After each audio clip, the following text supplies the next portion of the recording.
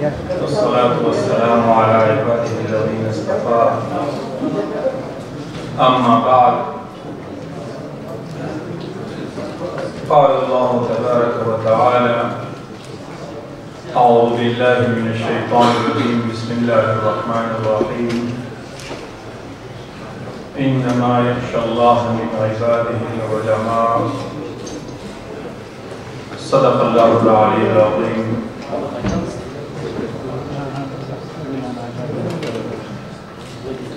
وبعد، أشكر بداية اتحاد العلماء والمدارس الإسلامية بتركيا، وعلى رأسهم سماحة ملا أنور الفاطمي رئيس العالم اتحاد العلماء لدعوتنا للمشاركة في الملتقى الدولي السابع. حضار گرامی، علماء کرام نهایت معزز و معظم، من میخواهم حرفای خود را به فارسی دوام بدم، خدا کنه مشکلی نباشد. بسیار خرسند هستم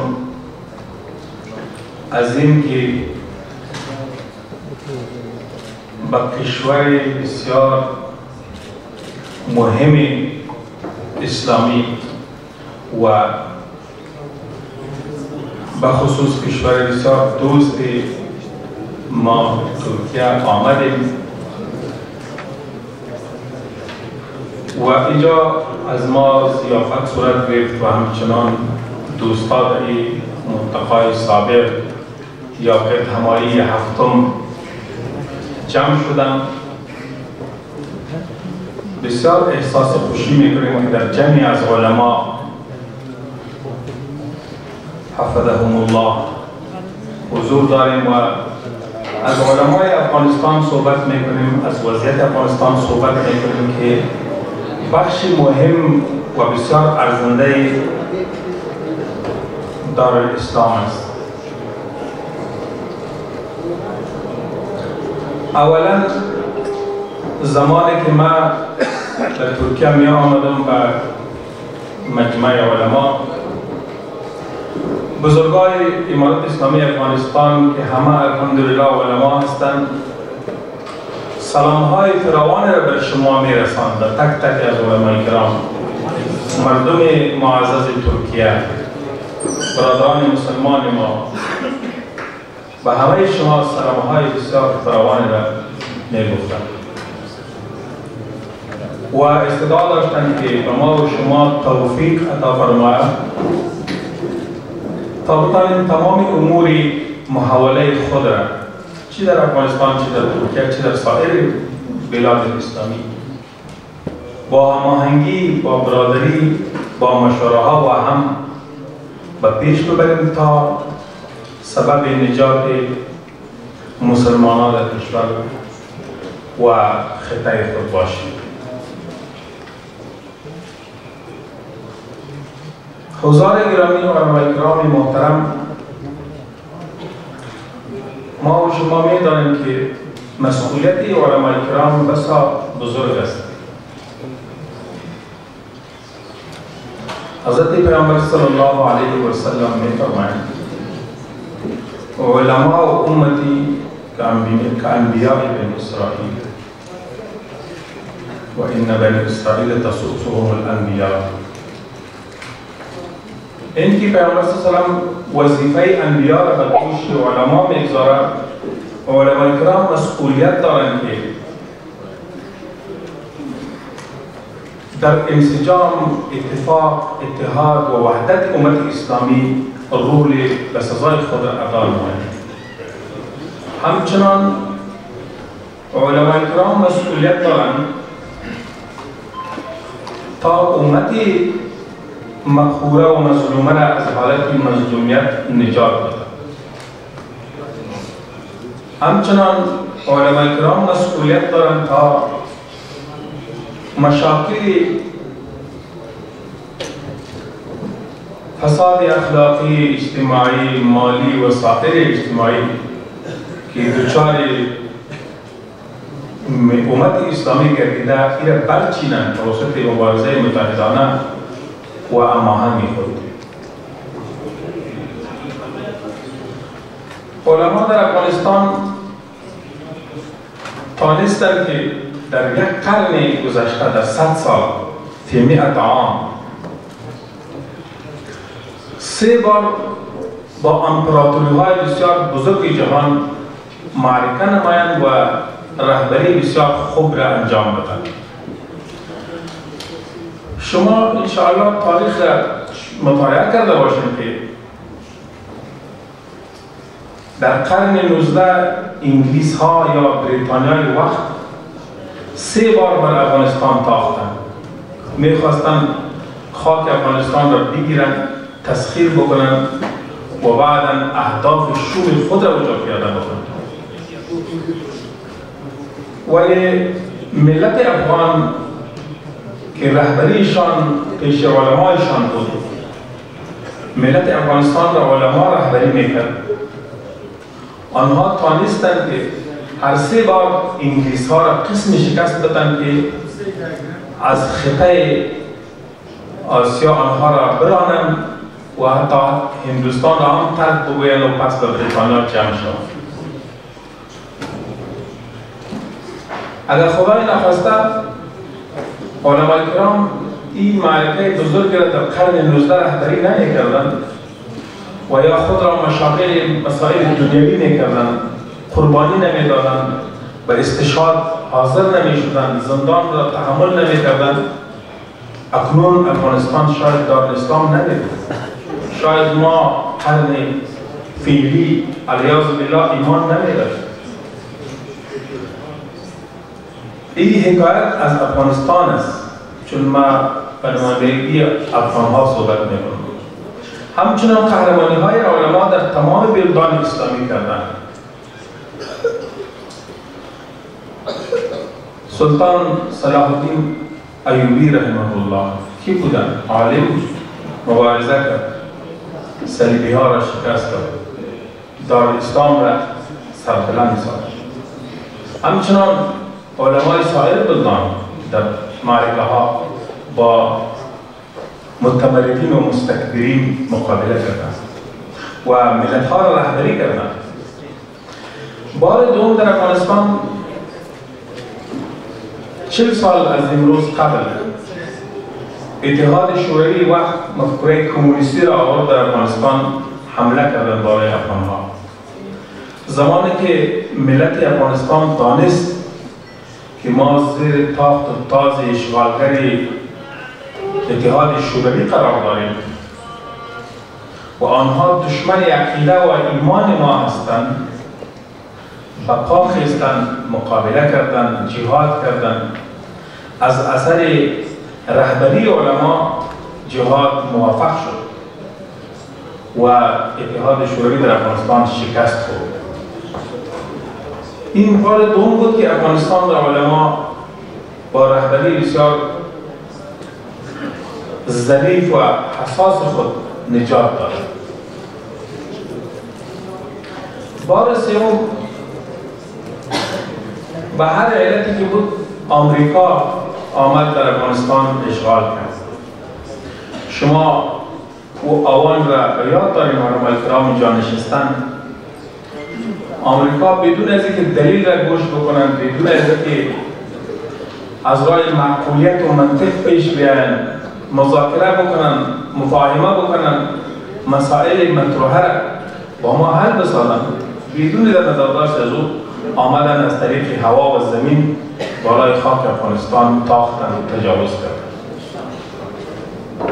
او زمان هم علما در افغانستان حاکم بودند.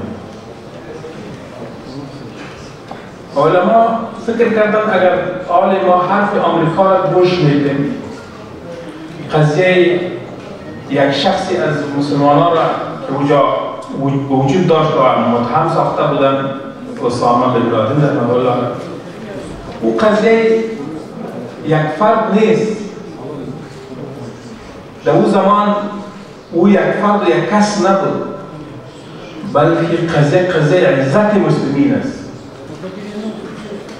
این ما نمیگه یا سامان ملامت یا سلامت، ولی باید از راه قانونی پیش بریم. اگر ادعای داریم باید دعوا بکنیم، در محکمه مراجعه بکنیم. چطور میشه بخاطر یک کس تمام مملکت را زیر توپخانه و بمبارد قرار داد که ما اشغال کنیم؟ این استکبار میخواست افغانستان را از خود بکنه، افغانستان را اشغال بکنه و بعدا از افغانستان باز آسیا را هنوزم نارام بسازد. این را قانع میسازد. علمای کرام در افغانستان متوجه این موضوع بودند. آنها مبارزه کردند 20 سال علیه آمریکا، قربانی دادند. ولی شما میدانید که الحمدلله صف جهادی را قسم رهبری کردند که هیچ اختلاف بین صف جهادی واقع نشد. 20 سال تمام دسائس کشورهای اشغالگر متوجه از این بود که بین مسلمانان در صف جهاد اختلافات را بیافکنند، همچنان مسلمانان را از هم دور بسازند. ولی علما تانستند الحمدلله قسم صف جهادی را رهبری بکنند که تا سرحد فتح و پیروزی، تا سرحد کامیابی به نصرت الله جل جلاله، تا اون زمان هیچ مشکلی افتراق و اختلاف در بین صف جهادی قرار نداشت. این رهبری علما بود. شما میدانید برادران گرامی و استادای معظم، افغان ها اکثریت مطلقشان اهل سنت و جماعت هستند و باز پیرو مذهب امام ابو حنیفه رحمه الله است. علمای کرام اینجا نشستند. مکتب امام ابو حنیفه رحمه الله، مذهب امام ابو حنیفه رحمه الله در مسئله تکفیر، در مسئله افراط، در مسئله کشتن مردم بسیار بسیار بسیار محتاط است. اصلا اجازه نمیده مذهب امام ابو حنیفه رحمه الله که کسی ناحق قتل بکنه، کسی ناحق کسی را تکفیر بکنه و بیضه مسلمین را از هم بشکنه. مذهب امام ابو حنیفه کاملا مذهب محتاط است و علمای کرام همه میدانند. ما پیرو مذهب امام ابو حنیفه هستیم، یعنی ما متطرف نیستیم، ما کدام گروه تکفیری نیستیم. ما چیزی که سلف صالحین گفته، چیزی که کتاب الله و سنت رسول الله صلی الله علیه و سلم میفرماید و چیزی که فقهای اسلام برای ما تشریح داده، پیروی همون نهج و طریقه است. پس تبلیغات و پروپاگاندی که علیه افغانها و علمای افغانستان یا امارت اسلامی که متشکل از علمای افغانستان است، پروپاگاندی که میشه کاملا کاذب، کاملا بدور از واقعیت است. علمای کرام ما میخواهیم با جهان اسلام من حیث برادر زندگی کنیم، من حیث دوست بسیار صمیمی زندگی کنیم. حتی با هیچ کشور دیگر نمیخواهیم ضرر برسانیم، چون ضرر در اسلام حرام ناجایز است. هیچ مسلم را تکفیر نمیکنه علیه الله، عقیده تکفیری ندارد. این علمای کرام جزئی از بدنه ما و شما هستند، ولی متاسفانه شاید در تبلیغات دشمن، در پروپاگاندهای دشمن علیه علما یا علیه امارت اسلامی افغانستان پروپاگاندهای بسیار زیاد را شما شنیده باشید. آنها را گاهی متطرف میخوانند، گاهی تکفیری میخوانند، علیاذ بالله. گاهی آنها را میخوانند که متحجر هستند، نادان هستند، اتهامات مختلف. و این شما میدانید که این اتهامات از امروز نیست.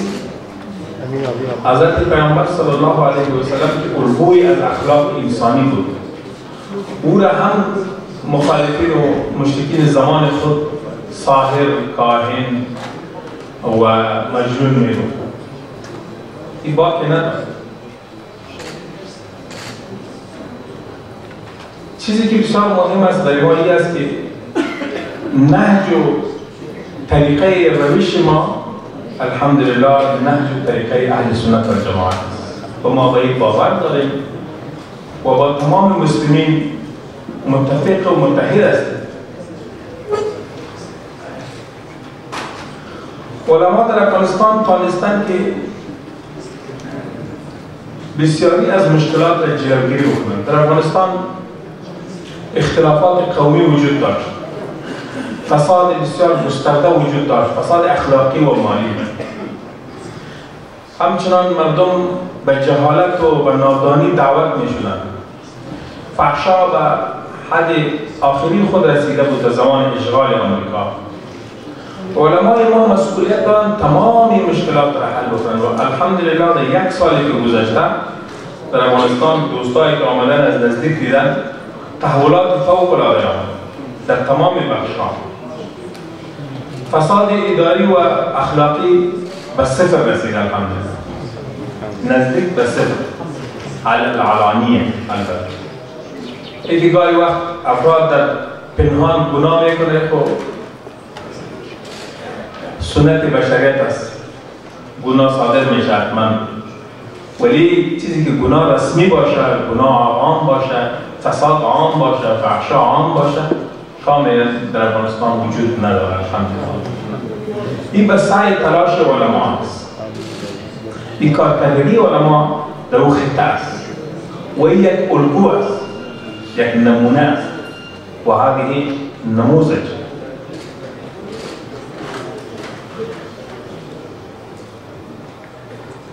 ما در یک سالی که گذشت حکومتداری داشتیم، اگرچه متاسفانه تا به حال دنیا اعتراف نکرده و حکومت ما را به رسمیت نشناخته. امیر معظم ما الشیخ هیبت الله اخونزاده حفظه الله او میفرماید این یک حکومت و نظام اسلامی است. اگر این آمریکا به رسمیت بشناسه، اسلام را به رسمیت میشناسه، از او خاطر نمیشناسه. آنها مشکلشان با اسلام است، مشکلشان با ما نیست. مشکل آنها با اسلام ناب سیاسی است. از امو وجه است که ما را نمیگذاره. اگر نه تمام اصولی که در بین دول یا در بین ملل به خاطر به رسمیت شناختن یک نظام ضرور دانسته شده، امارات اسلامی افغانستان همون مواصفات را خود دارد.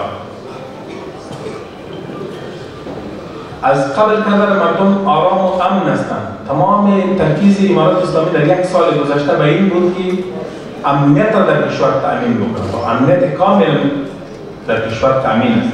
با استثناء بسیار وقایع خردی که متاسفانه گاهی وقت از طرف بعضی از متطرفین یا خوارج انجام میشه، بسیار کم است. فیصدی از یک یا یک و نیم است. فیصدی از او زیاد نیست.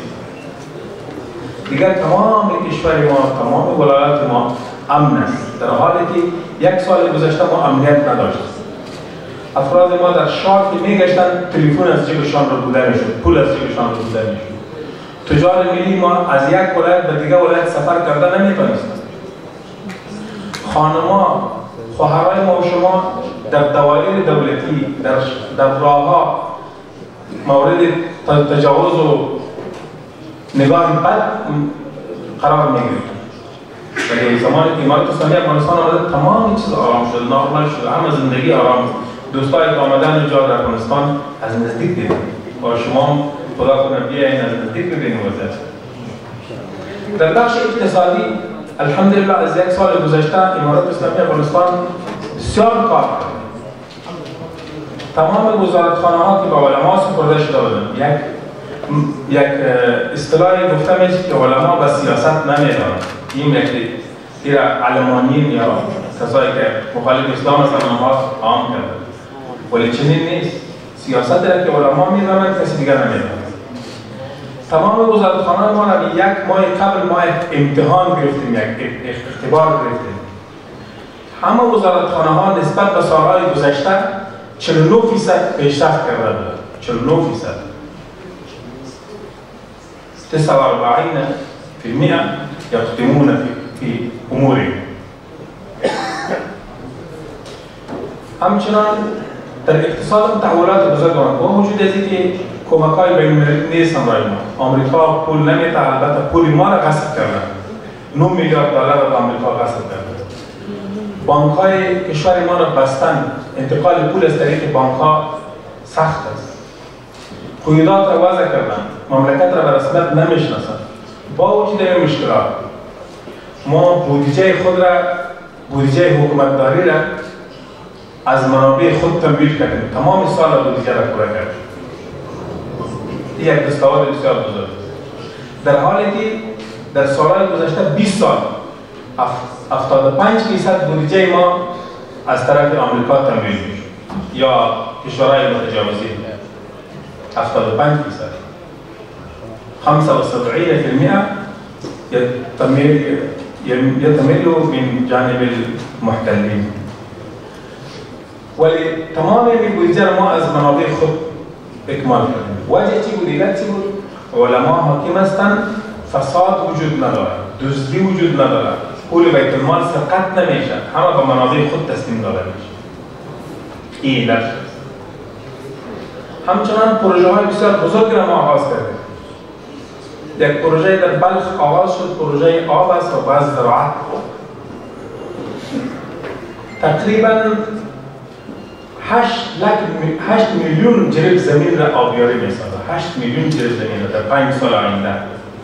این را طراحی کردیم، 15% تکمیل شده، کار سر جریان دارد. همچنان در استخراج معادن کارهای زیادی انجام شد. الحمدلله بعضی شرکت‌های کشور دوست ترکیه هم آمدن به سرمایه‌گذاری در افغانستان. همچنان سرک‌های ما که از اثر جنگ خراب شده بود، نو ساخته میشه. حال سرک کابل هرات، کابل مزار شریف ساخت شروع شده و منابع خود هیچ کمکی بیرونی وجود ندارد. معاشات 8 لک افراد داده میشه. 5 لک مامورین ملکی داریم، 3 لک مامورین نظامی. 8 لک معاشاتشان هر ماه پرداخته میشه، داده میشه از منابع خود. همچنان پیشرفت‌های دیگری هم وجود دارد که انشاءالله در آوان آینده اعلام خواهد شد و ما شما شاهدش خواهد بود. هدف این است که علماء کرام میتونن یک ملت رهبری بکنن. علماء کرام میتونن یک امت را رهبری بکنن.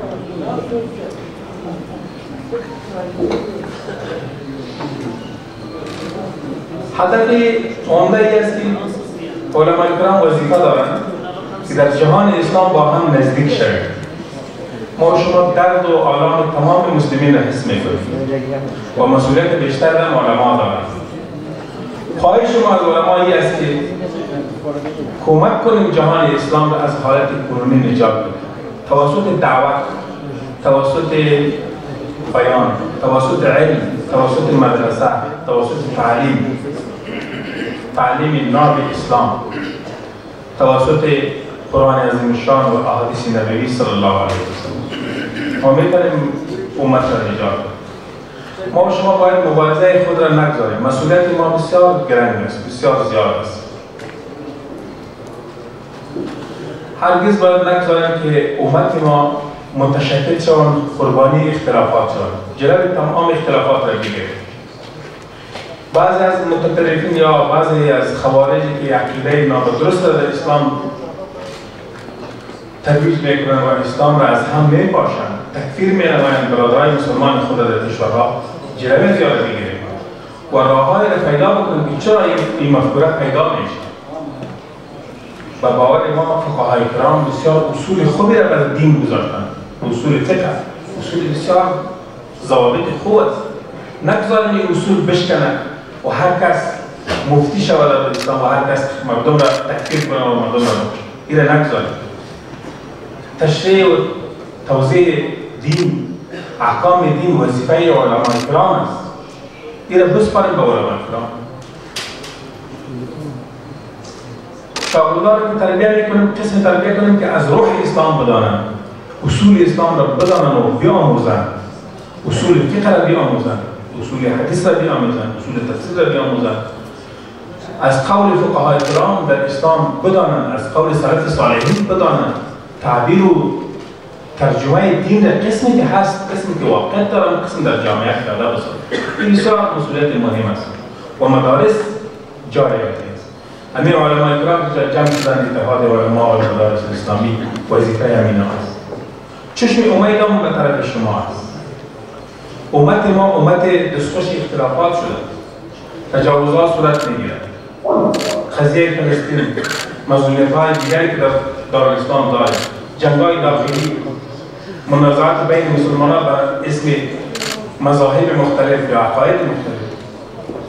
این رو باید جلوگیری بکنیم. علماء کرام با استفاده از موقفی که دارند، با استفاده از وظیفه‌ای که دارند، میتونن امت اسلامی را واحد بسازند. درست است که کشورهای اسلامی ثغور و سرحدات جداگانه دارند، حکومت‌های مختلف دارند، درست است. با وجود از این ما نمیتونیم متحد باشیم. اروپا چندین کشور است اتحادیه اروپا را ساختند. ایالات متحده آمریکا 50 ایالت جمع شدند، ایالات آمریکا را ساختند. مسلمانان نمیتونن با هم برادر و زندگی بکنن، منافع همدیگر را حفظ بکنن، از همدیگر دفاع بکنن، مظلومیت را نگذارن. چرا نمیکنن؟ چرا نمیکنن؟ وظیفه است که دانش اسلامی کم است، تعلیم اسلامی کم است، بخصوص در طبقات سیاسی. علماء کرام وظیفه دارند که سیاسون ما را هم آقا بسازن. همیشه العلماء و امراء علی الامراء. علما بالای امراء است. اگر خدای نکرده رهبران ما و شما، سیاسیون ما و شما گامی فراتر از چارچوب منافع اسلام بگذارند، علما باید آنها را تنبیه کنند، با آنها بشینند تفهیم کنند. این ضرور نیست که جنگ بکنیم برایشان، تکفیر بکنیم. این راه نیست، راه دعوت است. حضرت پیامبر صلی الله علیه و آله دعوت نموده. این روح دین با دعوت آمده، با تفهیم و مذاکره آمده. سیاسون را آگاه بسازیم که احکام دین این چنین است، منافع مسلمانان این چنین است، منافع مملکت این چنین است. از دان علما این حرف بسیار خوب شنیده میشه، اثرات خوبی داره. اگر ما در تمام کشورهای اسلامی منازعات فکری را درک بکنیم و سیاسون خود را نزدیک کنیم، با آنها تفهیم کنیم احکام دین را، باوری مالی است که آستا اختلافات هم از بین میره. مسلمانان بین خود متحد میشن، با وجودی که کشورهای مختلف داشته میباشند ولی منافع همدیگر را احترام میگذارند. جنگ‌های داخلی جلوش گرفته میشه.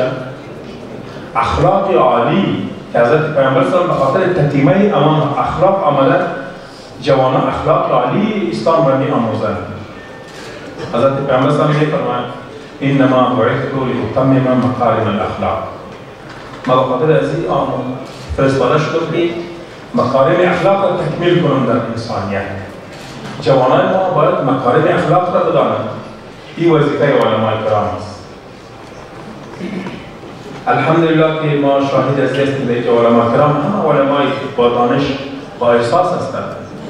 این مجموعه که ساخته میشه هفتمین مجموعه است. از این معلوم میشه که علماء کرام در 7 سال یا 7 بار قبل هم تلاش کردند که علما را با هم جمع کنند، با آنها مذاکره و مفاهمه داشته باشند. خداوند توفیق بده که دوام بکنند تا سبب اتحاد بین مسلمانان واقع شود و فتنه های در دار اسلام از بین برند. مسلمانان آرامش خود را حفظ کنند. وظیفه دیگری از علماء کرام است که در برابر اخلاقی فساد اخلاقی و مسائل اخلاقی امروز مبارزه داشته باشیم. ما شما می‌دانیم که فساد اخلاقی در این زمان من حیث باران هر جای می‌بارد، هر جای را می‌گیرد و خدای نخواسته این نسل آینده مسلمانان را بسیار جدی تهدید می‌کند. از راه اینترنت، از راه‌های مختلف دیگر جامعه دچار و دستخوش یا قربانی فساد است. علما در این راستا مسئولیت دارند. من رأى منکم منکرا فلیغیره بیده. وظیفه ماست که اگر منکر ببینیم توان ما باشه و دست خود را جلوگیری بکنیم. و این لم یستطیع فبلسانه. این وظیفه علما است.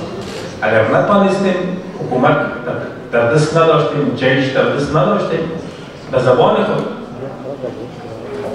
و علما شارحین حدیث می‌فرمایند که این وظیفه علما است. که با طرح خود با امر بالمعروف مردم را باز بدارند، مسائل اخلاقی را مردم تفهیم بکنند، با خصوص جوانا در مدارس و در مکاتب و در جاهای تعلیمی و جاهای تدریبی. با فساد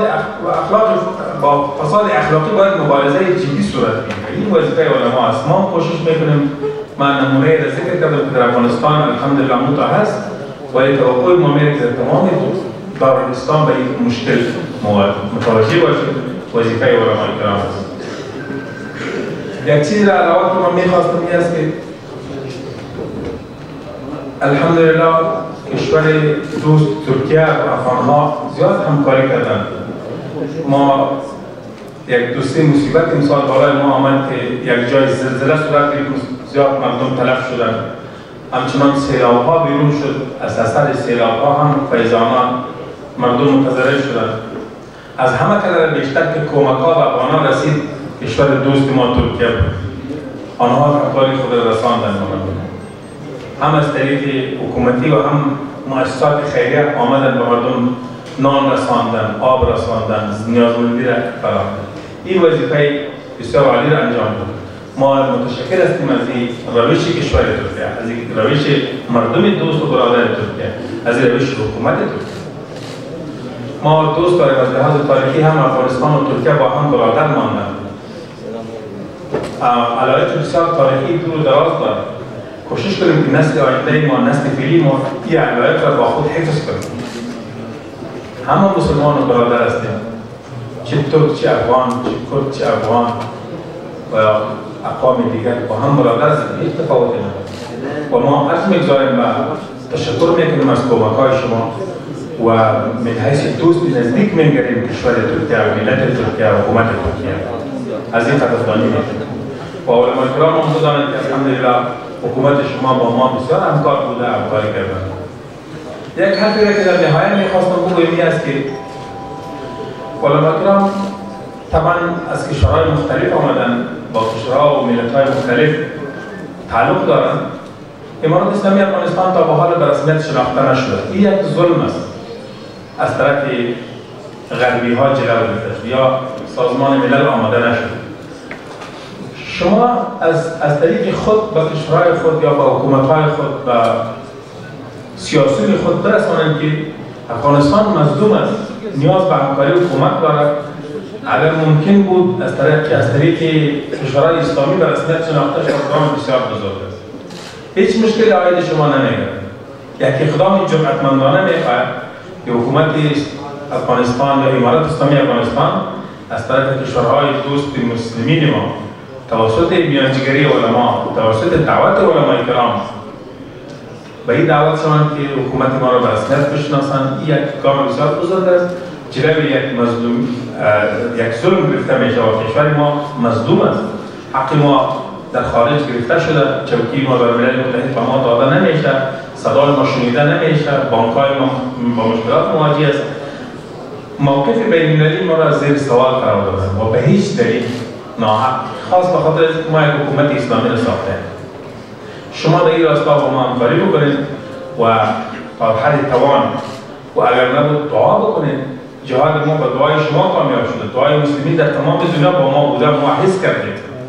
دعای علمای کرام، دعای مظلومین، خانم‌ها، اطفال در دارالاسلام با ما بوده و برکت همون دعا خداوند آه ما را شنید و فتح و نصرت را. این را دوام بده شما با ما دعا بکنید. این یک حکومت واحد است که به نام اسلام و شریعت ساخته شده، حفظ شود. این برای ما و شما و همه ما شما بهتر. دوم برادران محترم، ازاله یک سوالی بکنم. سوال میشه که امارات اسلامی به دختران اجازه تحصیل نمیده. این تبلیغات بسیار بزرگ است. شاید علمای کرام بدانند که این علما در افغانستان جهالت میخواهند، نادانی میخواهند، طرفداری از علم. یک سوال بسیار بزرگ پیدا شد. ولی بازم من میگم که این تبلیغات دشمن است. این پروپاگاند محض دشمن است. اول قبل از ما در 30% کشور تعلیم وجود داشت. در 30%. 70% از تعلیم محروم بود. در یک سال گذشته مکاتب و مدارس به تمام کشور رفته، یعنی 70% دیگر هم زیر تعلیم آمد. این خدمت به تعلیم.